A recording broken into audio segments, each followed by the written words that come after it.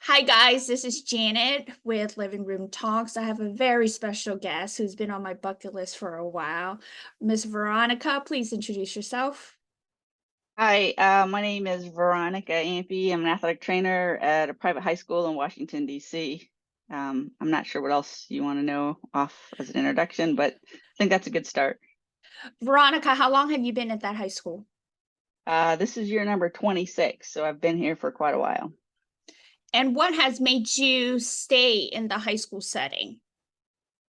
I know it's sort of cliche, the whole sort of work-life balance, but for me, the life balance has been really important.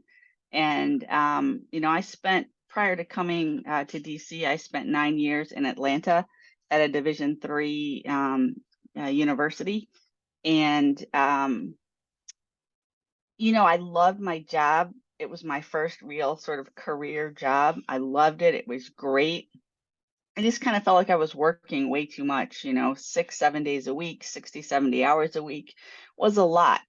And coming here to DC has really given me an opportunity to have, a better life balance and be able to engage in activities kind of outside of athletic training.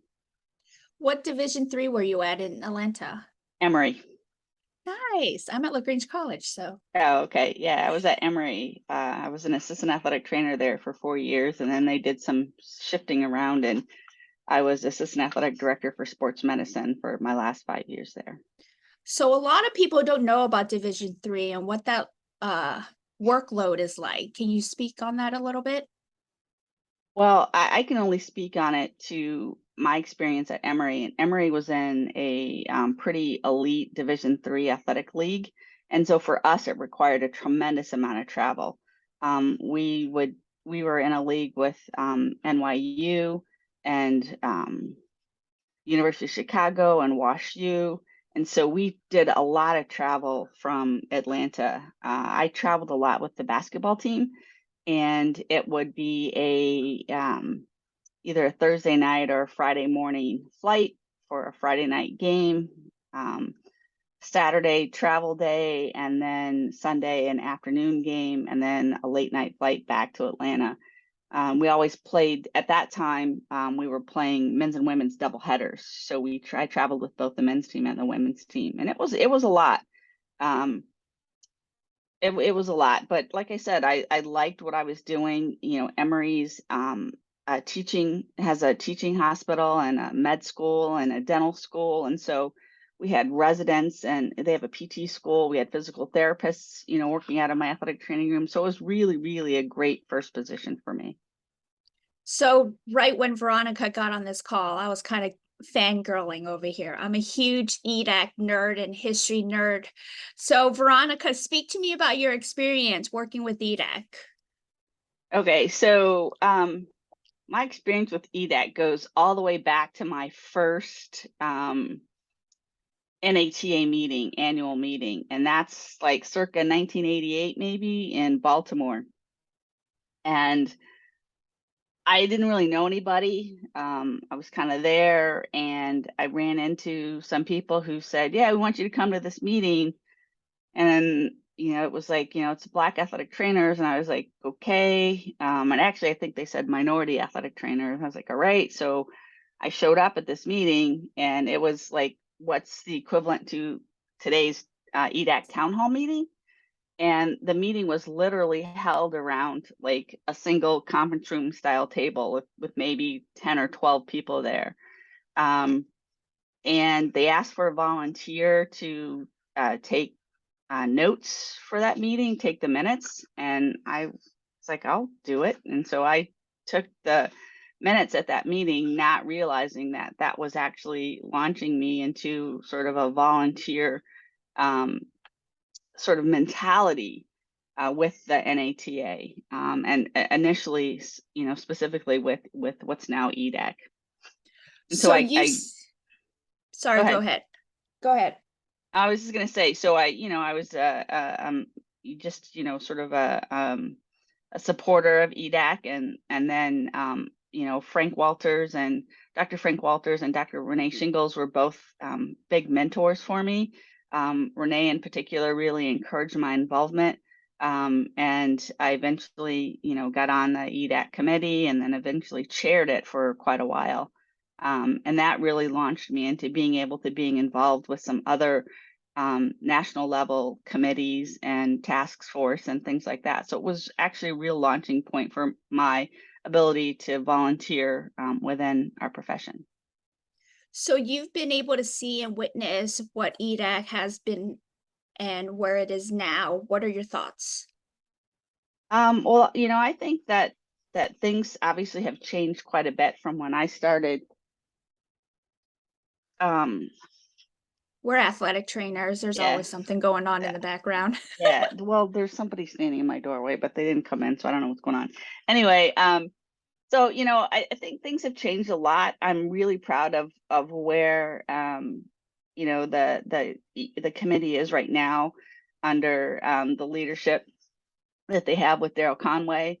I have a tremendous amount of respect for everything that he's done, and for everybody, that for Keisha Harrell, I'm super proud of what she did. Keisha started out as a member on EDAC as our GA representative, and look at where she is now. I mean, I just think it's spectacular that EDAC had something to do with her getting launched, into her career with the NATA as well.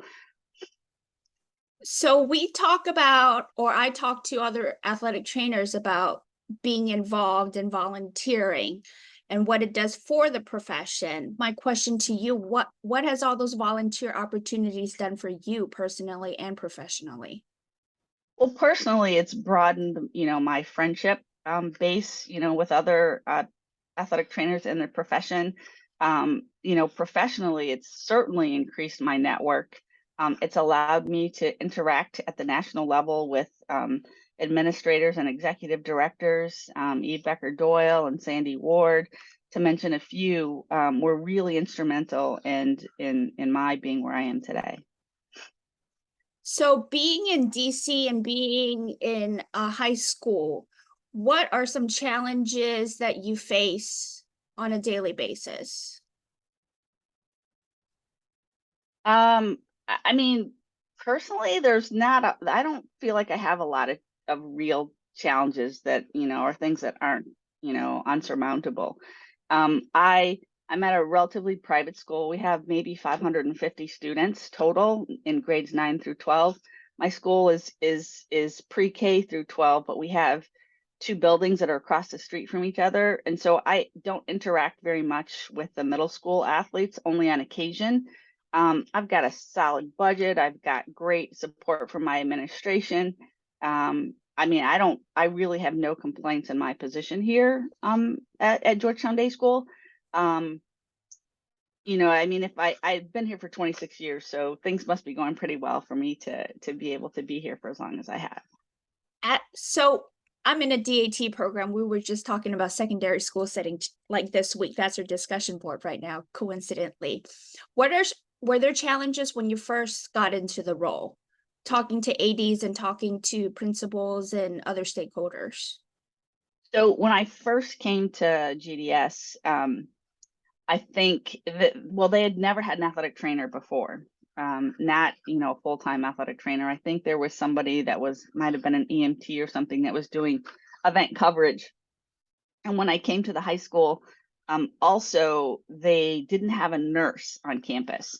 And at that time, our pre-K through eighth graders were in a different building that was, I don't know, 6, 7 miles away from where the high school was. And so there was no interaction. Right now, we're literally across the street. If I needed to, I could send a kid across the street. And I go across the street to pick up lunch. I mean, that's how close we are right now. But and so when I first came to GDS, it was really creating a program from the ground up in regards to providing athletic training services. I was the one that was responsible for collecting health forms because at that point in time, they weren't really being consistent with collecting health forms. And we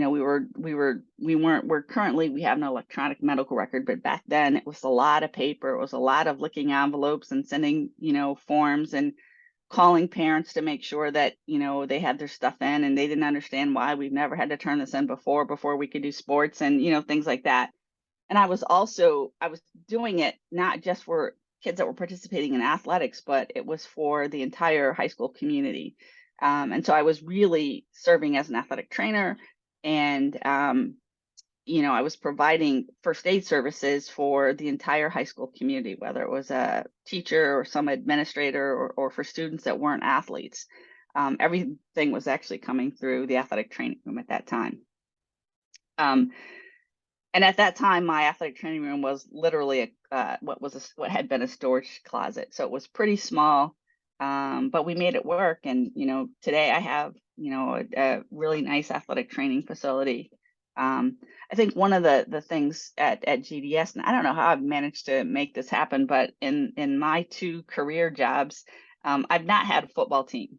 And so I don't have football, which I think makes a huge difference. I don't believe that if I had football that I could manage everything by myself.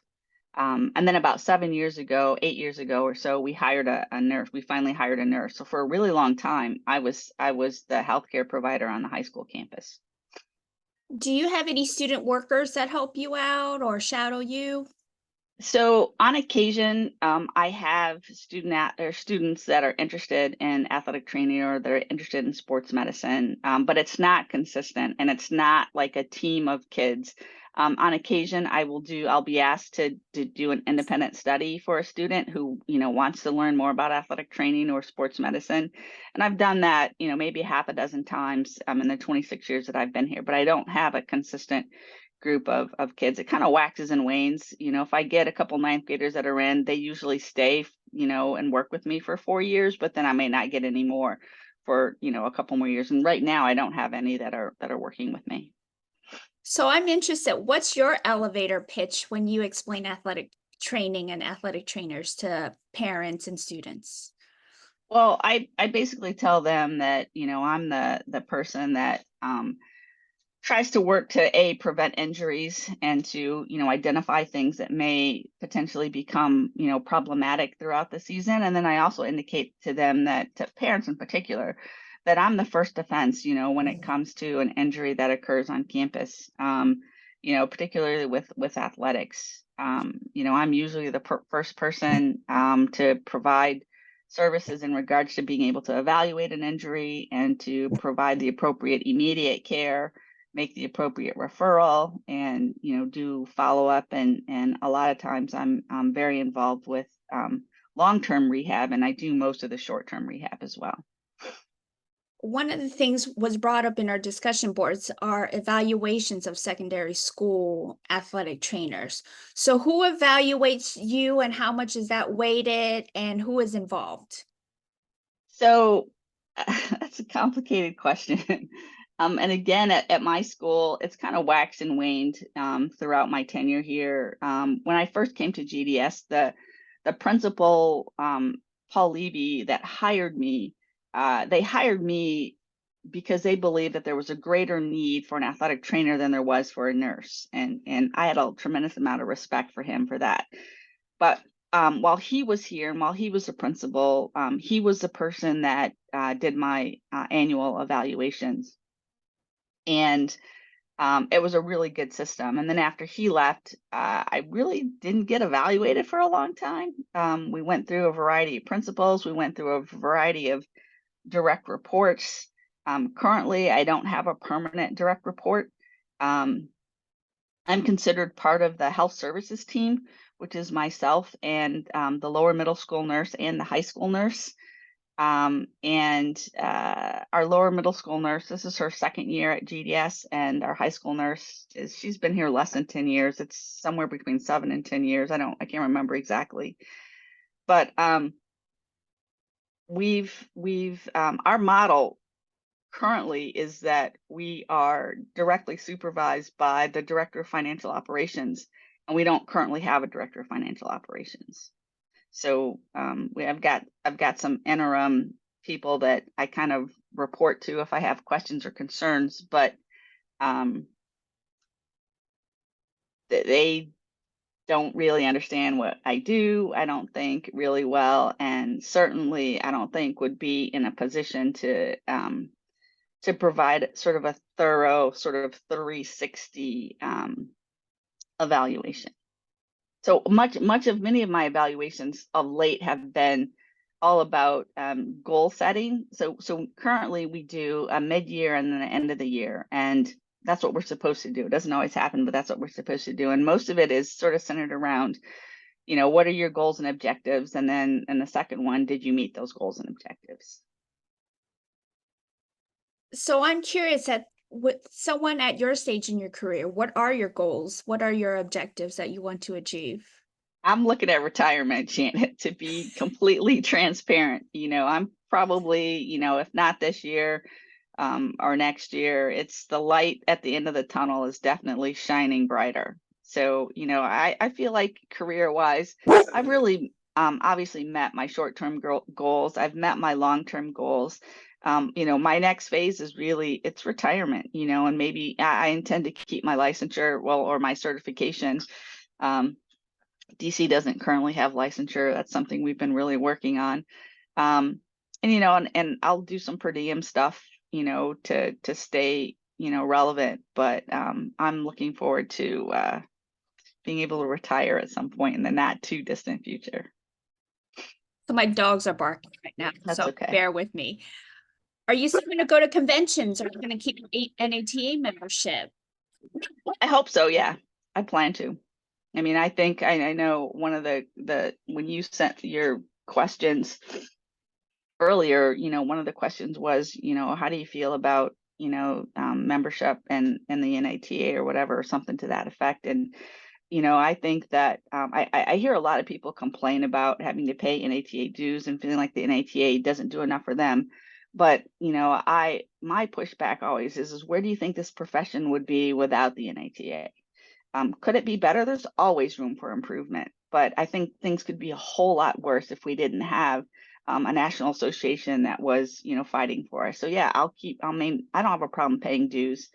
First of all, my school pays for them right now, but even if it was coming out of my pocket, I'd pay for them. So conventions, obviously they're in different locations every year, and there's been a change in themes and how they go about programming. What do you look forward to, and what do you enjoy about going to the national convention? I think my approach to national convention at the stage I am in my career right now is a little bit different than what it was, and I kind of see it sort of as three phases. My initial phase when I started going to conventions many years ago is I wanted to learn as much as I could. I was in as many sessions as I could. I tried to fit in a lot of time, in the exhibit hall because, I was meeting vendors and seeing new products and things like that. And um, it was all about trying to learn as much as I could. And then sort of in the middle there, my sort of second phase, when I was chairing the Ethnic Diversity Advisory Committee and being on various task force, it really became more about networking with other people, directors and executives and committee meetings and things like that. So I wasn't in as many sessions because there was always somebody who wanted to meet or wanted to talk or something like that. So I was meeting and talking with a lot of people about a variety of things and not in as many sessions. This sort of third phase that I'm in right now, it's a lot about networking with colleagues and friends that I only see at convention, that I might talk to a couple times throughout the year, but it's really about networking and making those personal connections. I don't spend anywhere near as much time in the expo hall as I used to, but I do go in because I'd like to see, what's new and what's innovative. But I go in with some really specific booths to go check out, and I don't wander sort of the expo hall in the same fashion that I used to, when I first started. So my first convention as a junior rising senior student, I made the mistake of trying everything. So all the gums, all the drinks, I don't know if I was caffeinated, hyper hydrated. Yeah. or B2 vitamin ready to go. So, Yeah. word of advice, maybe not try everything that's Yeah. given to you. I mean, right now it's super overwhelming for some people. I think if you're, a young person, you come in and I think it can be overwhelming. If you don't go in with a plan, I can certainly see, why people get overwhelmed.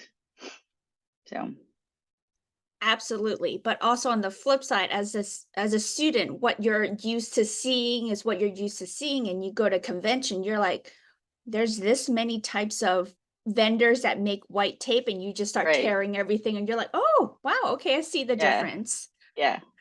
Yeah. So, my last question to you, and it's always my favorite question. Tell me about an embarrassing moment that you've experienced as an athletic trainer, and what did you learn from it?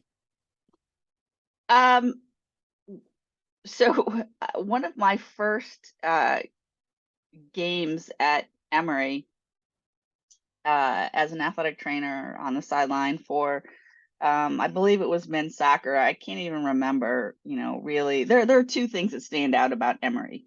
And the first one was I wasn't as familiar with the field as I should have been, and they had this metal rim around there was a track around the grass soccer field, and on the edge of the track before you got to the space between that was like where the benches and stuff were, there was this little metal rim that was maybe 3 inches high, and I, running out to the field, tripped over that rim and kind of did a face first slide onto the field.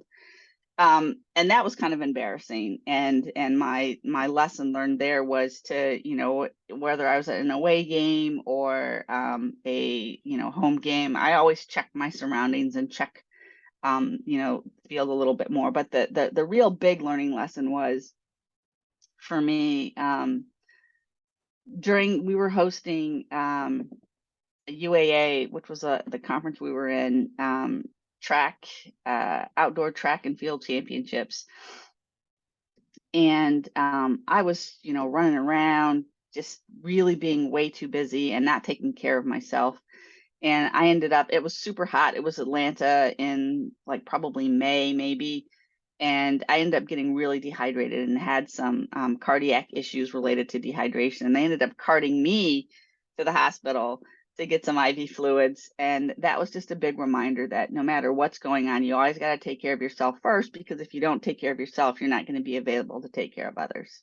So that was a big sort of professional lesson and a life lesson. That's a great answer. So, last couple minutes for you, Veronica, your final statement to our viewers. I think my final statement, to athletic trainers out there is, you got to have a passion for what you're doing. If you don't have a passion, you're going to really struggle. I've been really passionate about athletic training for a really long time. Fortunately, I don't think I've ever had to deal with, like burnout or really thinking about career change or anything of that nature. So I guess my advice is just, be passionate about whatever it is that you choose to do. Learn how to say no, learn how to leave work at work. It'll be there tomorrow. And just, find ways to enjoy what you're doing. Veronica, thank you so much for your time, and I'll talk to you soon. All right, Janet, thanks for having me. Bye. Bye.